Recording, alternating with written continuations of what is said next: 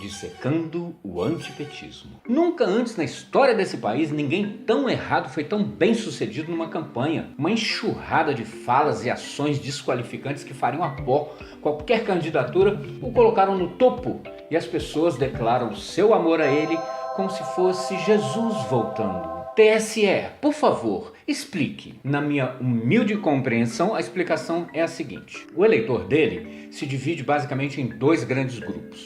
O primeiro é o grupo dos eles, os seguidores dele que apoiam quem ele é e o que ele fala, por mais bizarro que seja. Esses estão convictos de que ele representa a melhor opção para o Brasil. E o segundo grupo são os PT não, que preferem qualquer coisa ao invés do PT. Até Bozo, the It, e acham que ele é a vingança adequada. Existe uma espécie de um prazer erótico na derrota do PT pelo Bolsonaro. Seja como for, o antipetismo é o que importa. É tipo uma coisa entre atleticanos e cruzeirenses, entre gremistas e colorados. O debate virou um confronto de memes. Então, meu amigo, minha amiga, se há no seu coração e no seu cérebro espaço para uma reflexão, por mínimo que seja, essa é a hora. É a hora de pensar no assunto, porque dá muita dor de corno tomar uma decisão sem volta pelos motivos errados. É aquela sensação horrorosa de acordar do lado de alguém que você conheceu na noite anterior e levou pra cama porque estava bêbada. E eu uso o gênero feminino de propósito porque, mais do que ninguém, as mulheres sabem do que eu estou falando. Precisamos falar do antipetismo. Nós precisamos, com calma e paciência, botar conteúdo na conversa. O antipetismo quer fazer você crer em mentiras que foram repetidas e batidas e surradas tantas vezes que ficaram parecidas com verdades. Vamos a elas. O PT inventou a corrupção. A corrupção começou no Brasil com Cabral. Não esse, o que está preso, mas esse, o que começou a invasão que na escola a gente ouviu chamar de descobrimento. Se você entendeu que Cabral não descobriu o Brasil, mas invadiu o Brasil para pilhar nossas riquezas e dizimar as populações nativas, você já entendeu como uma mentira é transformada em verdade para servir a interesses de quem a conta. Houve corrupção em toda a nossa história. A ditadura militar foi um festival de roubalheira que continuou depois no período democrático e veio até hoje. A corrupção é um mal intrínseco ao comportamento humano, individual e social, aos governos e aos seus parceiros empresários, que são tão ou mais corruptos quanto os políticos. Por que então o PT ficou com esse estigma? Porque foi justamente nos seus governos onde se criou a estrutura eficiente para investigar e combater a corrupção. Entre 2013 e 2014, a Polícia Federal realizou 2.226 operações, em comparação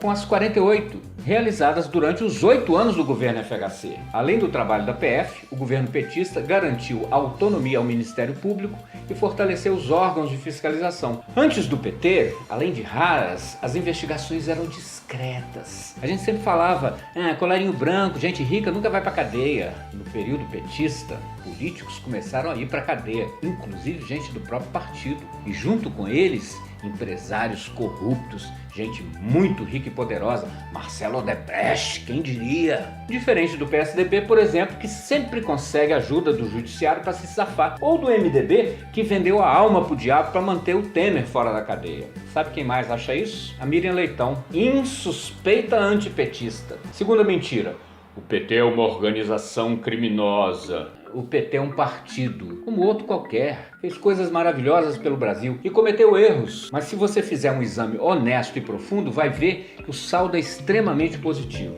Claro que houve corrupção nos governos do PT. Você imagina, você governar um país do tamanho do Brasil, a quantidade de gente que está envolvida, obras contratadas, recursos liberados, quantos espertalhões e oportunistas vão se aproximar esperando a chance de tirar uma vantagem. Mas veja bem, se um padre ou vários padres forem acusados de pedofilia, é correto a gente falar que a igreja é pedófila? Não. Nesse caso e naquele, a generalização é um erro. Essa é a verdade. O resto é guerra de narrativas. A culpa da crise é do PT. Botar a culpa da crise no governo do PT é coisa de gente ingênua, mal informada ou mal intencionada. O futebol oferece para nós uma boa analogia. Quando os jogadores não gostam de um técnico, eles começam a fazer corpo mole e vão deixando o time despencar, o time começa a perder, ninguém entende porquê, até a torcida começar a pedir a cabeça do treinador. E aí quando troca, por milagre, o mesmo time de perna de pau começa a vencer jogos. Oh, que milagre, aconteceu aconteceu, então a culpa era do técnico. De alguma maneira, Dilma desagradou os interesses de grupos de poder, que começaram então a tramar a sua queda. Sacrificaram o desenvolvimento do país, emprego de milhões de pessoas, até que o seu povo fosse para as ruas pedir a cabeça da treinadora. E aí encontraram uma brecha contábil e a torcida votou pelo impeachment. A crise foi construída por diversos grupos de interesse para derrubar Dilma e demonizar o PT. Os detalhes dessa história serão contados no futuro. Como foi com a história do descobrimento do Brasil? Lembra que só recentemente a gente começou a aprender que não era um descobrimento, foi uma invasão.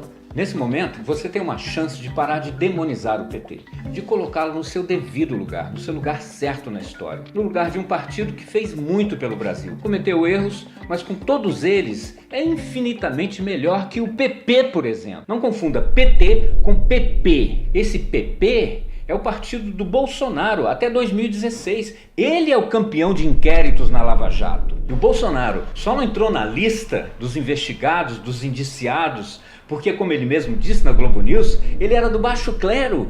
Ele era tão medíocre que nem os corruptos procuravam ele. Julgar o Brasil no fascismo imprevisível é uma irresponsabilidade. Por mais que tenha defeitos, o PT jamais levantaria um questionamento tão cretino. Por mais que tenha defeitos, o PT jamais faria apologia da tortura. E isso não é irrelevante.